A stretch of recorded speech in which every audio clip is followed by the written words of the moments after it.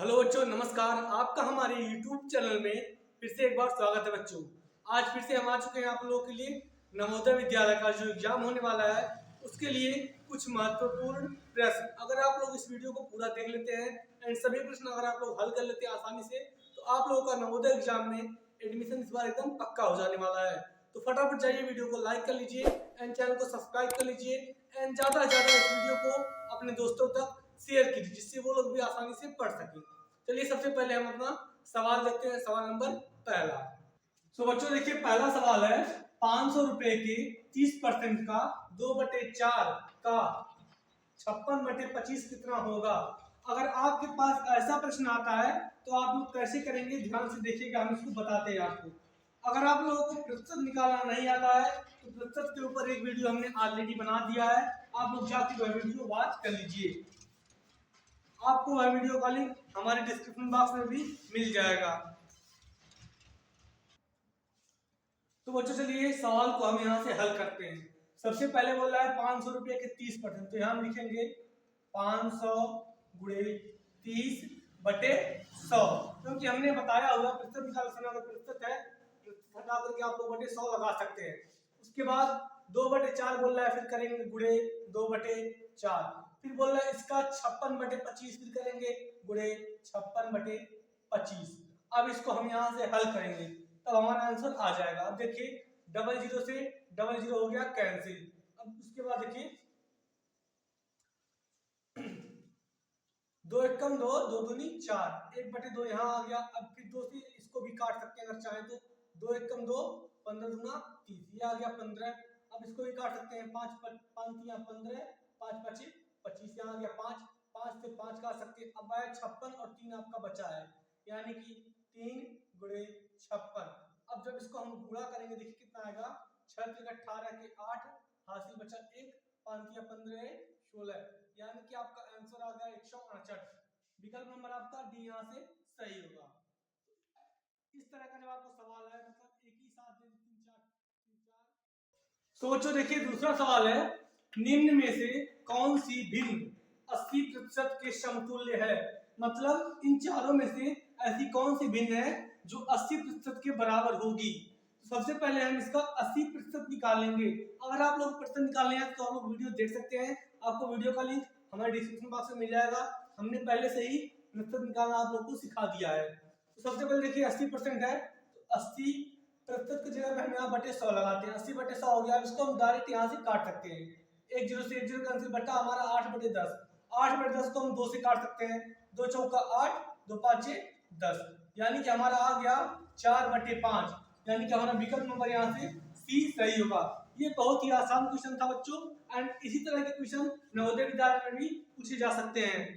चलिए बढ़ते हैं तीसरे प्रश्न। बच्चों तीसरा प्रश्न है, शून्य है। ऑप्शन दिया गया है प्राकृतिक संख्या है, पूर्ण संख्या है, धनात्मक संख्या, धनात्मक पूर्णांक है, ऋणात्मक पूर्णांक है।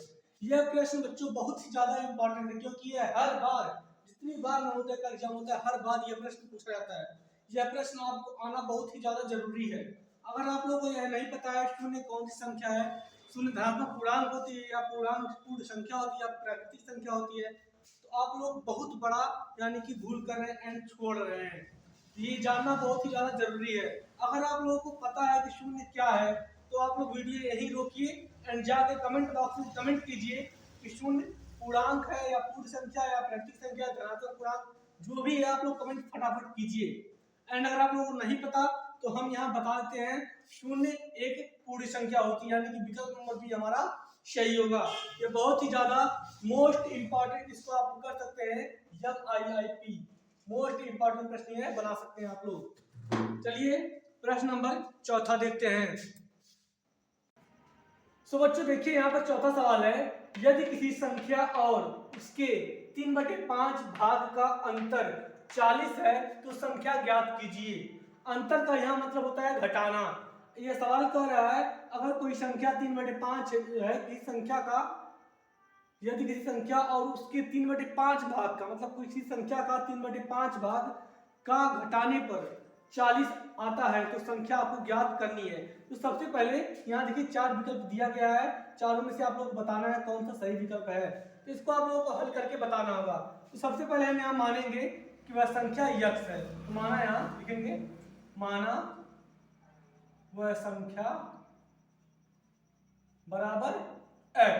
अब कह रहा है किसी संख्या, वह संख्या हमने मान लिया f, यक्स का 3/5, यानी कि यक्स का 3/5 कितना होगा, यक्स गुणे 3/5 होगा, यानी कि आपका आ जाएगा 3x/5। ये आपका आ गया x का 3/5 मतलब हिस्सा। अगर कोई संख्या होता है उसका 2/5 करते हैं तो उसका गुणा करते हैं, वैसे यहाँ भी किए हैं, यक्स का 3/5 यानी 3x/5 आपका निकल गया। अब कह रहा है उन दोनों का अंतर 40 है, मतलब उस संख्या का और इसका दोनों का अंतर 40 है। यहाँ निकालेंगे x माइनस 3x/5 बराबर आपका 40 दिया है। अब इसको हल करना है एंड x का मान निकालना है। दोनों का एलसीएम लेंगे तो हो जाएगा 5, ये हो जाएगा 5x माइनस 3x बराबर हो गया 40। इसके बाद यहाँ से देखिए 5x में से 3x जाएगा, आपका बचेगा 2x बटे हो गया 5 बराबर 40।